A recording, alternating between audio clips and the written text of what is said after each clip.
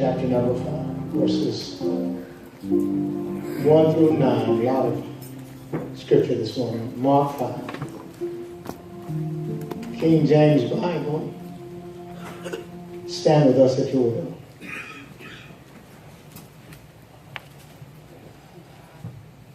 Passage so familiar I'm almost embarrassed to read it. Mark 5, beginning at verse 1, King James Bible. And they came over unto the other side of the sea, into the country of the Gadarenes.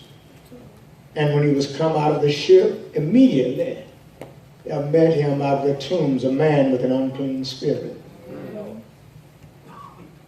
who had his dwelling among the tombs, and no man could bind him. Yeah. No, not with chains, because that he had been often bound with fetters and chains, and the chains had been plucked asunder by him, and the fetters broken in pieces. Neither could any man tame him. Always, night and day, he was in the mountains and in the tombs, crying, and cutting himself with stones. But when he saw Jesus afar off, he ran and worshipped him, and cried with a loud voice and said, What have I to do with thee, Jesus, thou Son of the living God? I adjure thee by God that thou torment me not. He said unto him, Come out of the man, thou unclean spirit. And he asked him, What is thy name? And he answered, My name is Legion, for we are many. I want to talk to us today about when demons run. Thank you, you may be seated.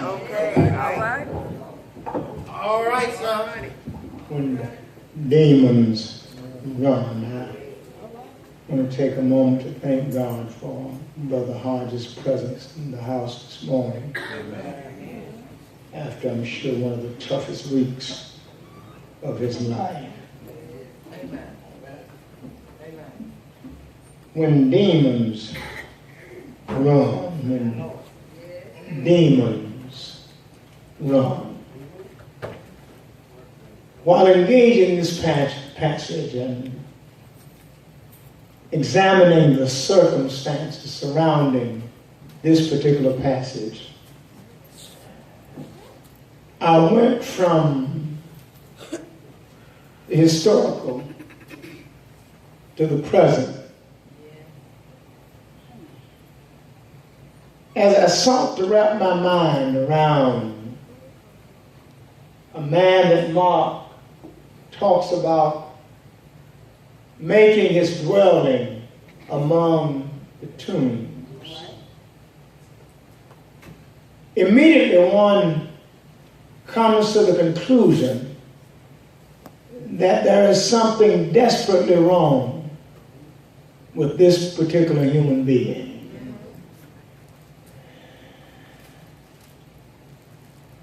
I rushed back and forth between early AD and this 21st century. I went back to the days of psychology, dividing the human personality up into its parts, the id, the ego, and the super ego. The selfish portion I had to leave out because the id is the protector of its person. The ego is that which pushes one into a state of selfishness. It's all about me. The superego is that part of the personality that brings a sense of understanding about who we are, reminding us that we're not all of that in a bag of chips. That one that speaks to us and tells us you can continue to fool yourself if you want to, but let me explain to you the real deal. That's Mr. Superego. He brings the id and ego into check. This boy had lost it all. He was given away to demonic forces. His total personality had lost its place. He had no sense at all who he was. He had been possessed by a community of demons. It is in this state that the Lord finds him. It's not that the Lord doesn't know he's there. He knows where every one of us is, physically, mentally, socially, spiritually. He knows every aspect of our existence. But he's not a sheriff. He's not a bounty hunter. He doesn't come seeking to save us. He has made his presence known, and it becomes our free will that causes us to seek him. This man knows nothing about Jesus. And Jesus does nothing haphazardly. Mark, the young lieutenant of Peter, takes us into this story. He begins this chapter. My English teacher would have slapped me up beside my head. I had begun the chapter Latin. He begins with the conjunction and. That's right. And they came over unto the other side of the sea, in the country of the Gadarenes. And when he was come out of the ship, watch this, immediately there met him out of the tombs a man with an unclean spirit, who had his dwellings among the tombs, semicolon. And no man could bind him, no, not with chains. This man was completely out of control. This man's strength had no limits. No physical limits. Because no matter how they bound him, fetters and chains, locks, chains, they couldn't keep him bound.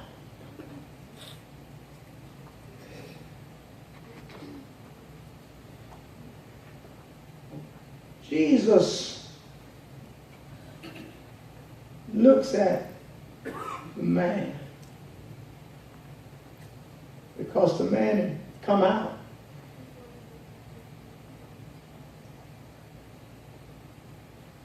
He had his dwellings. He had his dwellings. He had his dwellings. He had his place of residence, reside, among the tombs. Notice the Bible didn't say he was living in the tomb.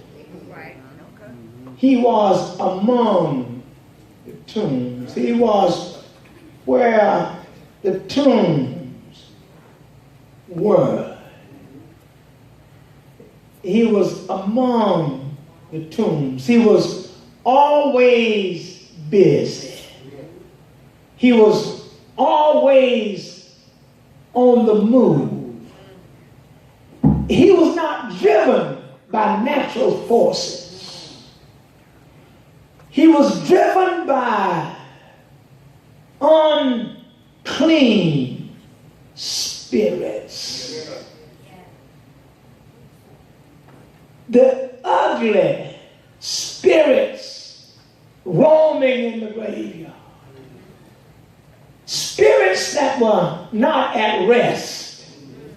Spirits that had no peace. They were unclean spirits. They were not consoling, but antagonizing spirits. They aggravated, they agitated, they worried the man. They would not allow the man to have any kind of peace. But you got to understand, he had made his living among the tombs. Nobody in their right mind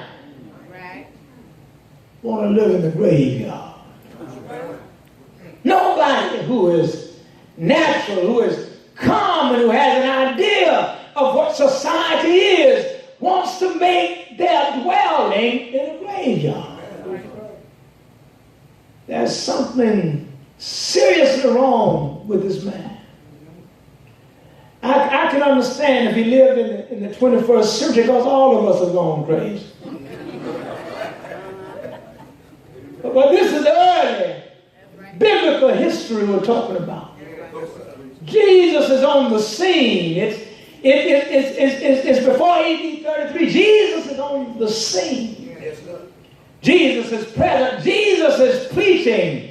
Is far-reaching. He's reaching. He's preaching. His healing. His miracles are being talked about all around. That's why he has so many enemies. Because he's worked so many miracles. He's done so much for so many in such distressing positions. And they are wondering about him, and yet they have no control over him. No matter what they do, they can't stop Jesus from opening the eyes of the blind. They can't stop Jesus from feeding the hungry. They can't stop Jesus from making the lame walk. But now Satan thinks he has it. Satan said, come on up to the graveyard. I got another one for you.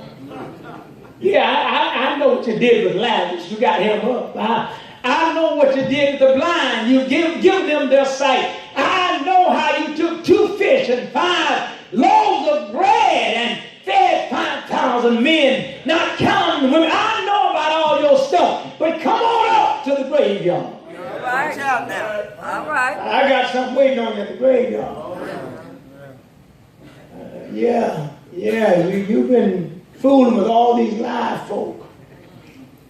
Those are the tiny problems I gave them, but I got one for you now. I've got one I turned completely out. You can't do nothing with him. You come on up to the graveyard. Lord goes up to the graveyard. He is on the other side. He had to cross over. Yes, sir. He goes to the Gaza, the land of the Gadareans, and he was come out of the ship. Watch this immediately.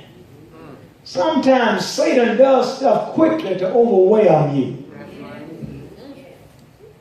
When you least expect stuff to happen, it just comes on you.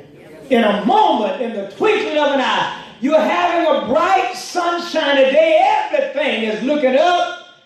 Ain't no trouble headed my way. And all of a sudden, all hell breaks loose. Anybody ever had that moment when everything looked like it was right? When you woke up in the morning and you had a song on your lips, you turned the TV on, and for one time the Today Show was giving some good news, but all of a sudden, all hell broke loose. In the course of your good day. My Lord. And it happens sometimes when you're having your best day. Jesus goes to Gaza, steps out of his boat, and immediately there met him out of the tombs a man with an unclean spirit. What I love about the Lord, he doesn't get excited about stuff. Okay. He doesn't use his cool. He maintains his position all the time. He never stops being the incarnate God. He's always who he is. Man, is dwelling among the tombs, and no man could bind him. They tried everything they knew to do from a human perspective. They tried to tie him down. They tried to keep him from cutting himself, because what person in his or her right mind wants to do themselves physical harm? What person in their right mind wants to go through pain every day, the pain of self-cutting? How many people in the building are masochistic? And you're always doing something to do you harm. Your enemy is happy because he doesn't have to bother you. You're destroying yourself. That's right. Well, we got some folk in church destroying themselves. Yes, sir. They're maskers. They're destroying themselves. They are killing themselves. They are distancing themselves from God. They get mad with you and quit on Christ. Come on, Pastor. Speak through him, Lord. Speak through him. You get mad with the person and you leave church completely. Watch out. My. If I didn't do nothing, I'd go next door. I'd go down the street to finish it. I'd find me a place to go. I would be in the presence of the Lord and I would seek the Lord. Lord, what's wrong with me? But look at Jesus. Jesus knows this man does not have his mind. Man has been robbed of his own mind. He's been robbed of any sense of himself. He has been robbed. His personality has been stolen. His spirit has been overtaken by demons. He is now under the complete control of dark and demonic forces. I want to stop right here for just a moment, because if this, or inasmuch as this has happened to him, he had to be a willing participant. Yeah. What are you talking about? He had to distance himself from all of the protection that God offered. He had to divest himself of the God that was available to him, that had kept him stable all of his life. He had to turn his back completely on God. He'd given up in a relationship he might have had with God. He has stepped completely away from God. He's now in seclusion in the graveyard. Nothing but darkness. Nothing but demons. Nothing but storms and trials in his life. I'm not talking about rain and snow and sleet, hurricane. No, this storm is worse than all of that. He has had a takeover of his spirit. He has become a place where a community of demons has moved in. This is not one demon. He has a community. He houses a community of demons because he's allowed himself to fall out of his God relationship. One thing a person can never do is allow the demonic forces to separate you from God. Doesn't matter what others do, what they say. Whatever you do, protect your relationship with him. Oh yeah, you got to do that. This man, the Bible says, when Jesus came over,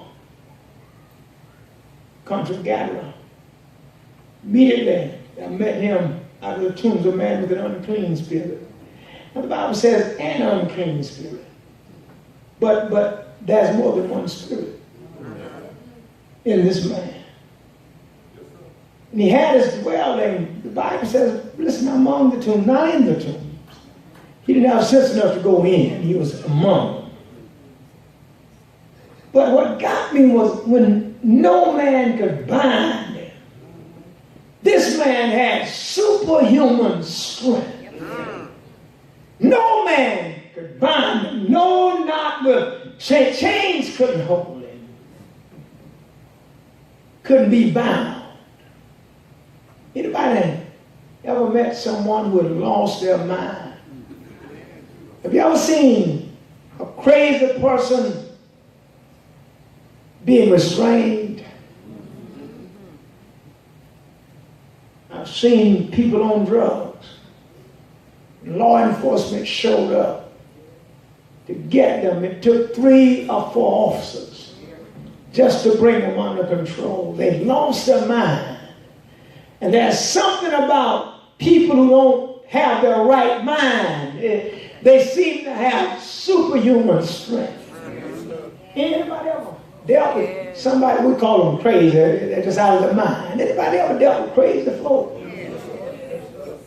Did you ever notice how strong they were? Well, see, unrestrained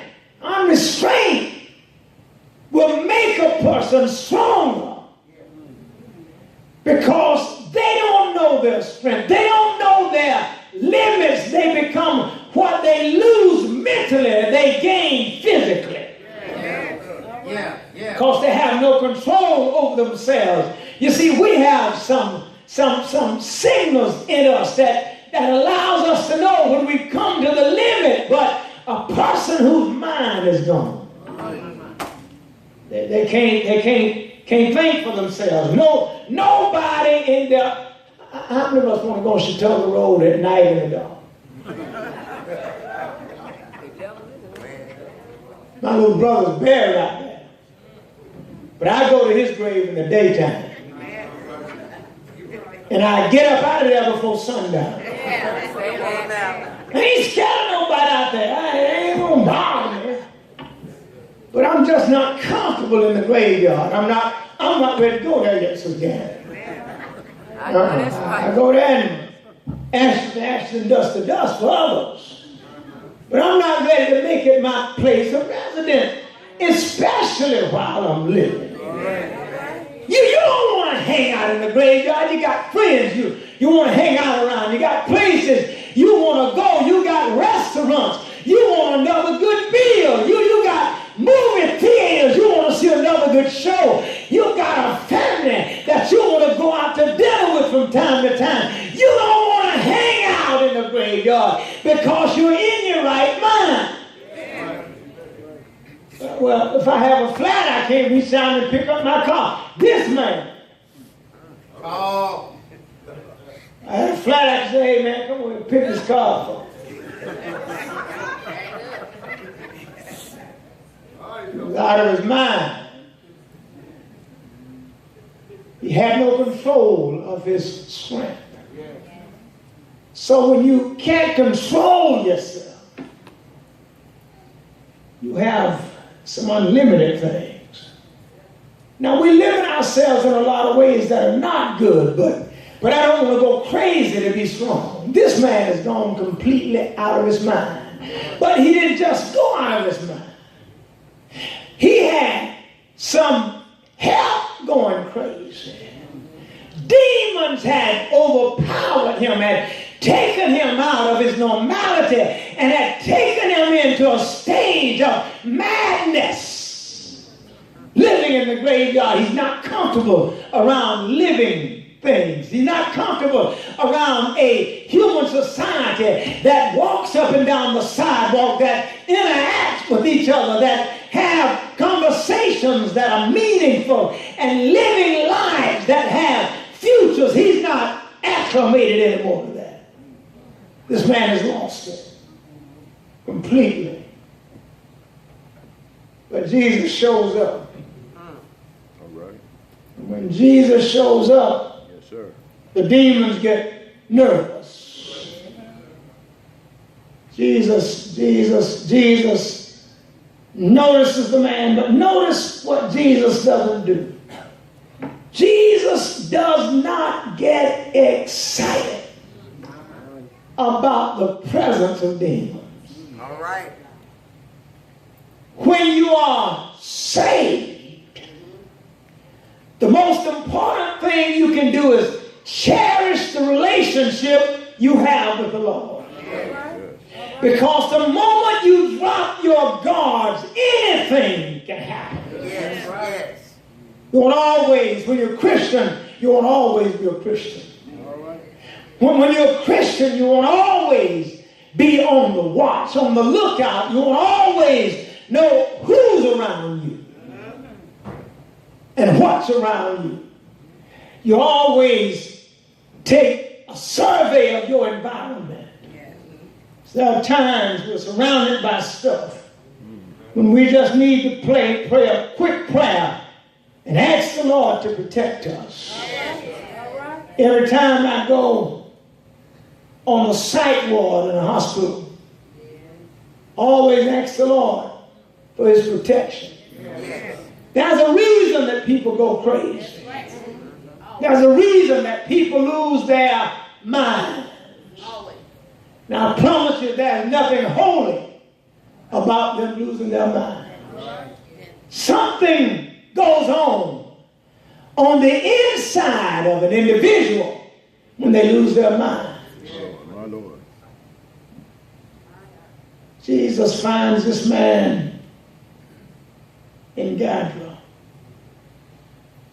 He's what we would call superhuman.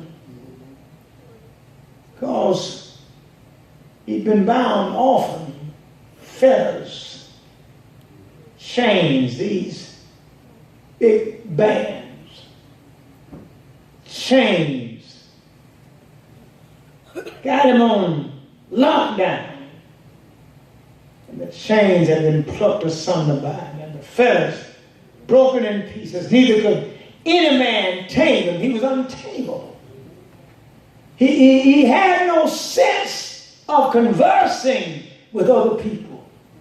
No one could lead him out of his dark place. The man is in a dark place. He's controlled by demons, and demons will never allow the light to shine in of their own volition. In order for a demon to run, it has to be of greater power than the power of the demonic force.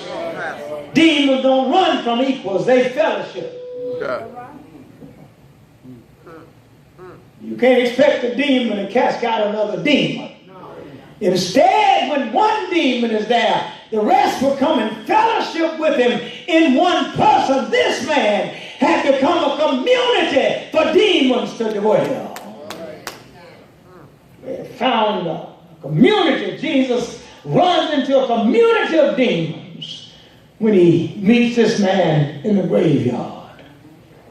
Yeah, he'd been bound, fetters broken in pieces, neither could any man tame him. But human beings aren't to be tamed. We're to be taught. That's the fact that they're trying to tame him bothered me.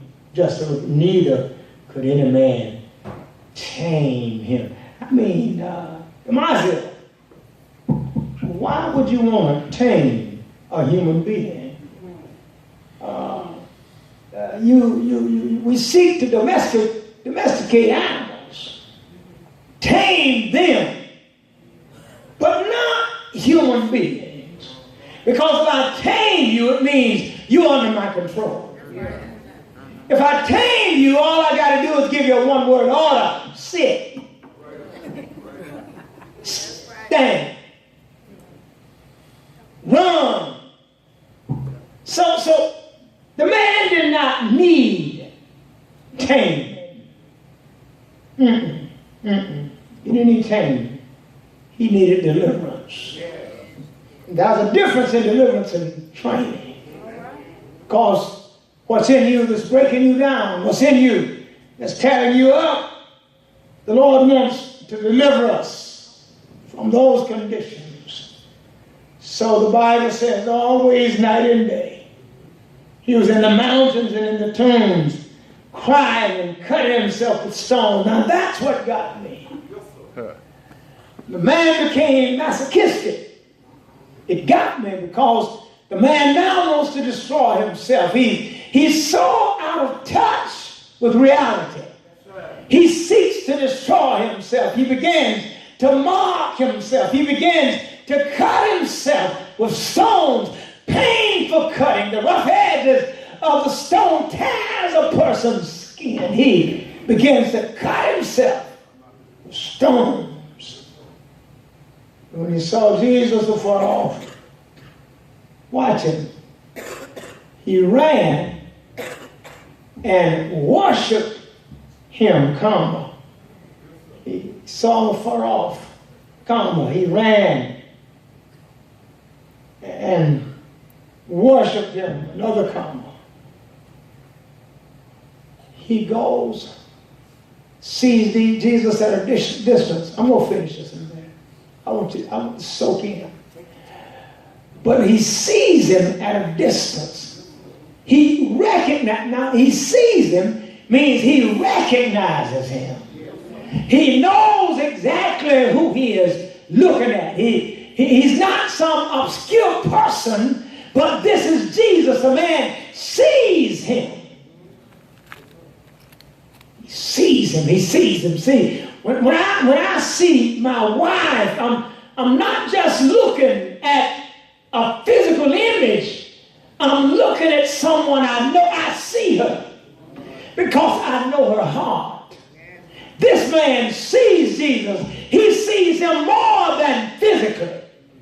He sees his power. He sees his authority. He knows there is something about Jesus that no one else in this community has. He sees him. Watch him to show you what I'm talking about. He sees him, and he sees him afar off. But watch him. He ran and worshiped him. Ran and worshiped him. But watch him. And he cried with a loud voice and said, "What have I to do with thee, Jesus, thou Son of the Most High God?" This man understands his impurities.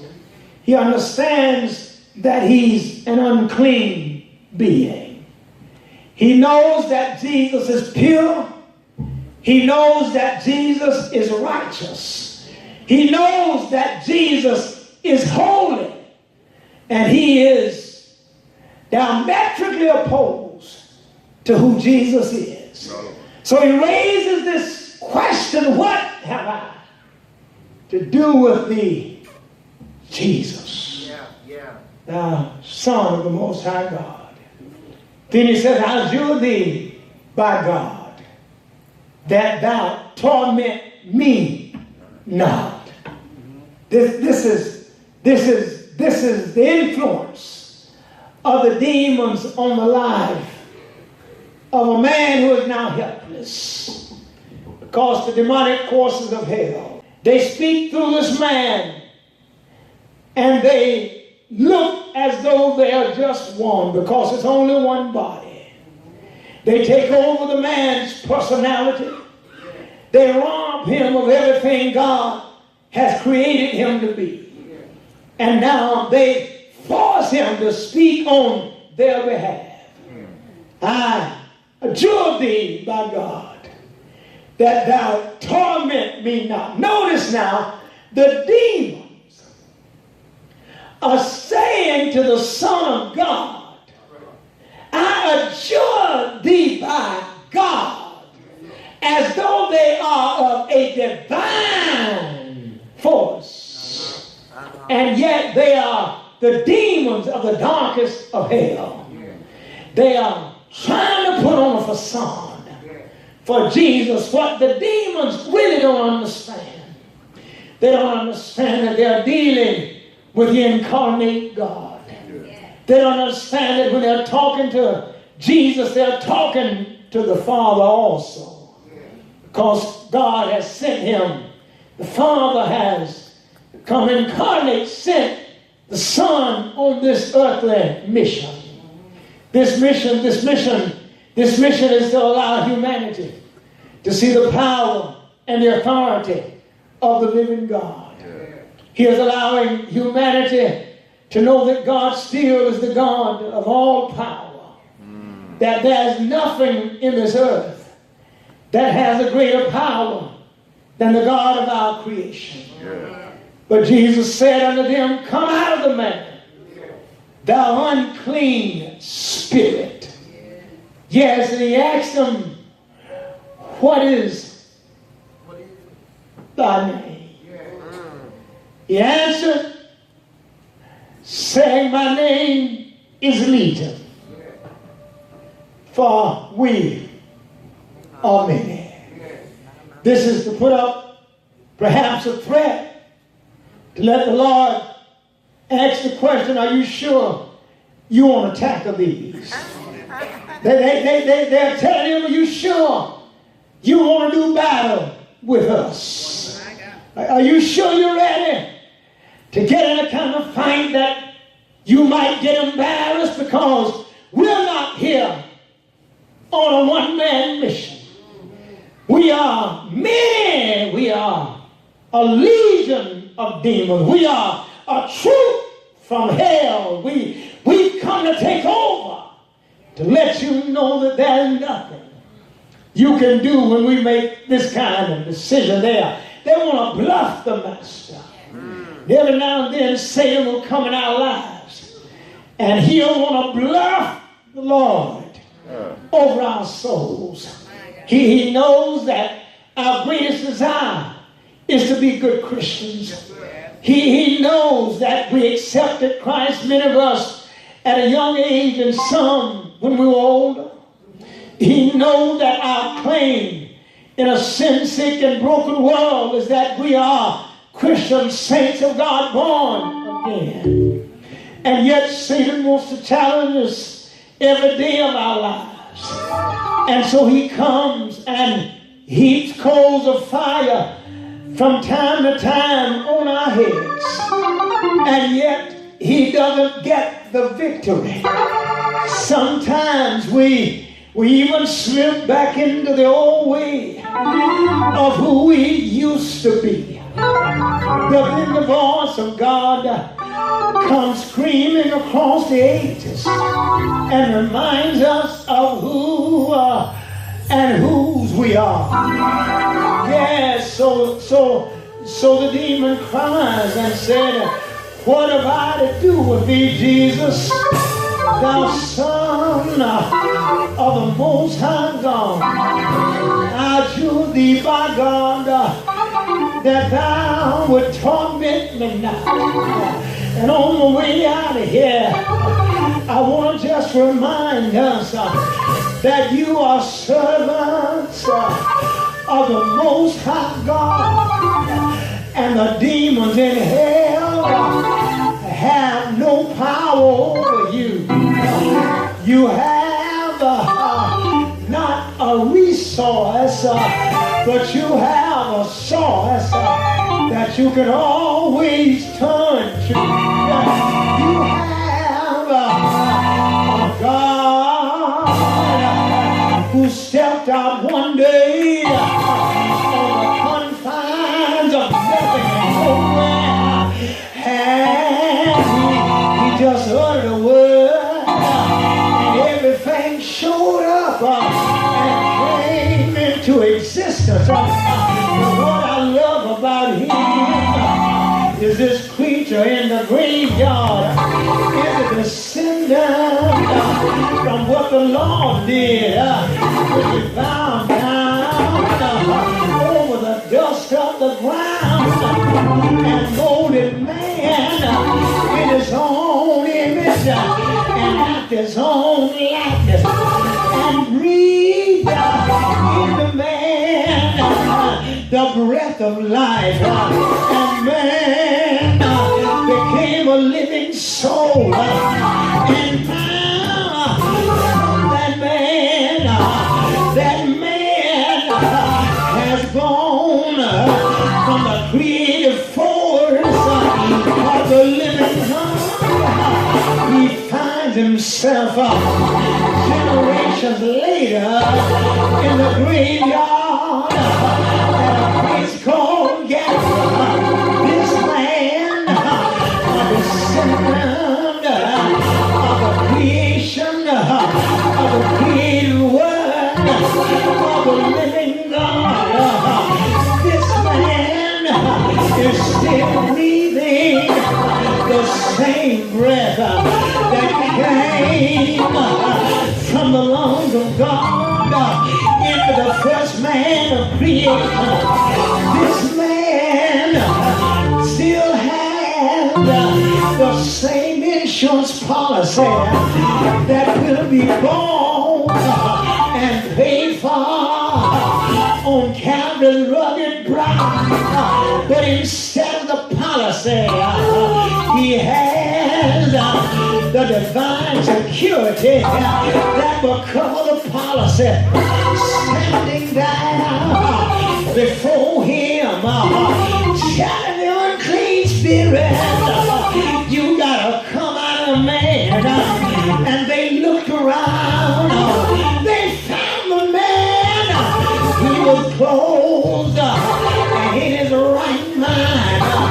But the Bible says that when he saw Jesus far off, he ran and worshiped him, cried with a loud voice and said, what have I to do with thee, Jesus, thou Son of the Most High God?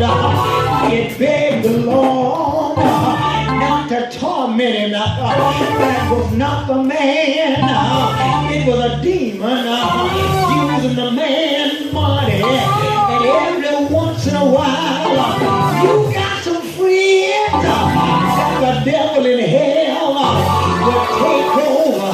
They'll say some things to you never heard them say before. They'll cut your throat when your back is turned. But don't tell none the person they were when you met them. But get in a hurry and tell them wrong. You didn't get it. I know you can do it in Columbus. Get the demon out of my friend.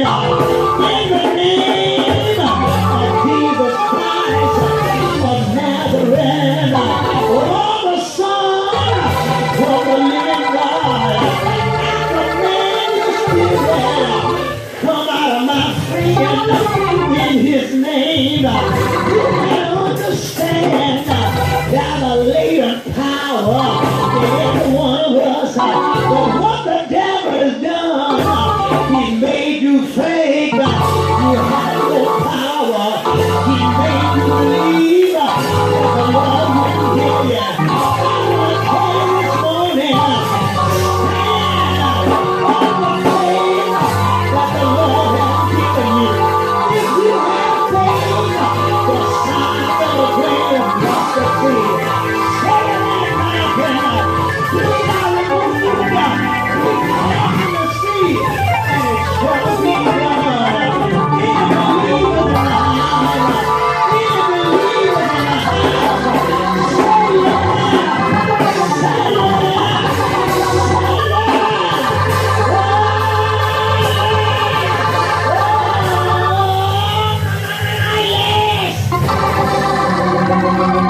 You got the power.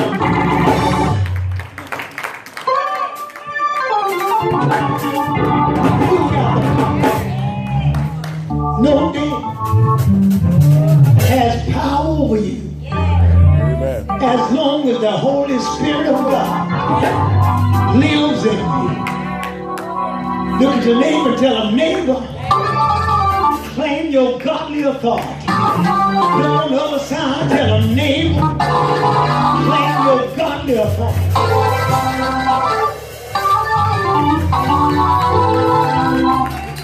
There ain't no demon in hell have power over you. You leave this building today, know that God has a hand on you. And Jesus said, ask the Father in my name, and it shall be. Not might be, shall be. Any people of faith in the house this morning? God wants to do something through you. When you leave this house, folk you in here. They need to see the church out there. All these empty pews, y'all fill them up. Let folk know of the Christ in you, the Holy Ghost in you.